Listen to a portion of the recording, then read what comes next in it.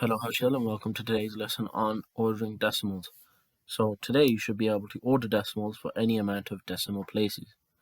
So the keywords for today are round, estimate, decimal, ascending, and descending. So where is the real-life application for this? The real-life application would be in construction and tiling. A suitable example in tiling would be ordering the sizes of the tiles using ordering decimals. So first things first, to be able to do this, we need to understand what a place value is. So the place value is the position of the number that gives you that value of the digit. The further we go left on the number, the greater the value, and the further we go right is the lesser the value. So let's have a look at this example below. This is our decimal point. This is units, tens, hundreds, thousands, tens of thousands, hundreds of thousands, and millions. So as we go left, it gets larger. So now if we're going to go right of the decimal point, it's going to get smaller. Then we get tenths, hundredths, and thousands, so on. So, can you please have a go at this mini whiteboard question? And when you finish, come back and I'll tell you what the value of this number is, of that digit in this number, sorry.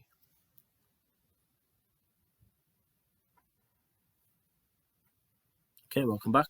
So this number here is in the 10 column, so we have 5 tens, that gives us 50. Okay, can you please have a go at this mini whiteboard question? What is the number or the value of the digit that the arrow is pointing to? Once you're finished, come back. Okay, welcome back. So this is the hundredths column. We have 4 of them, so we have 4 hundredths. Can you now write down what the value of this digit is? And when you're finished, please come back.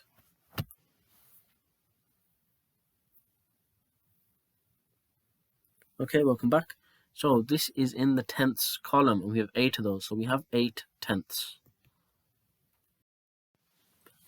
Okay, so now that we know what decimal place values are, we're going to go through an example on ordering decimals. So to order decimals, all of them need to have the same number of digits after the decimal point. So if you see here, these 4 numbers, they do not have the same number of digits after the decimal point. So step 1 is to look at these decimals and decide which one of these have the most digits after the decimal point. So we can quite clearly see that 0.302 has the most amount of digits after the decimal point. It has 3 digits after the decimal point. Okay. So step 2 is we need to add zeros to the other decimals so that they all have the same number of digits after the decimal point. In this case, all of the numbers have to have 3 digits after the decimal point. So I'm going to fill in the zeros after them until they have 3 digits. So this one now has 3 digits. And the one next to it has 3 digits, and so on. And they all have 3 digits. Now we can put the numbers in order of size. So what we do is we'll look at the tenths column and we'll see which one has the largest amount in the tenths column. We'll see that 0.5, that has the most tenths. So I'm going to put that first, that's the largest. Now secondly, we're going to compare with the other 3, and the next one that has the most tenths is 0.302, that has the most tenths. And third, 0.120, that has 1/10. And then finally, 0.060, that has 0 tenths, so that's the smallest. Okay, and now I have a mini whiteboard question. Can you please have a go at ordering these decimals from smallest to largest? And once you're finished, please come back.